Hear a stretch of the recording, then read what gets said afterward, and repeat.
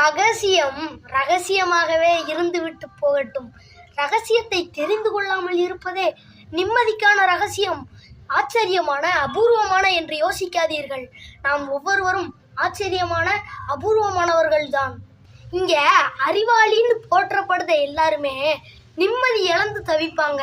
இங்க முட்டாள்கள் தான் நிம்மதியா வாழுவாங்க. அதுக்காக நான் முட்டாளா வாழ சொல்லல, தெரிந்ததை மறந்து வாழ சொல்கிறேன். தேவைக்கு மட்டும் சிந்தித்தால் போதும். இறைவனை தேடுகிறேன், நிம்மதியை தேடுகிறேன் என்று தேடாதீர்கள். நீங்கள் நல்ல பழக்க வழக்கங்கள் உடையவராயிருந்தால் இறையருள் உங்களை தேடி வரும், நிம்மதி உங்களை நாடி வரும். கோவிலுக்கு செல்வது கடவுளை தேட அல்ல, நம்மை நாமே தேடுவதற்கு. நம்மை ஏன் நாம் தேட வேண்டும்? நாம் சரியாக செதுக்கப்பட்ட சிலையாக இருந்தால் மற்றவர்கள் செதுக்க தேவையில்லை. நாம் சிதலமடையாமல் இருந்தால் போதும்.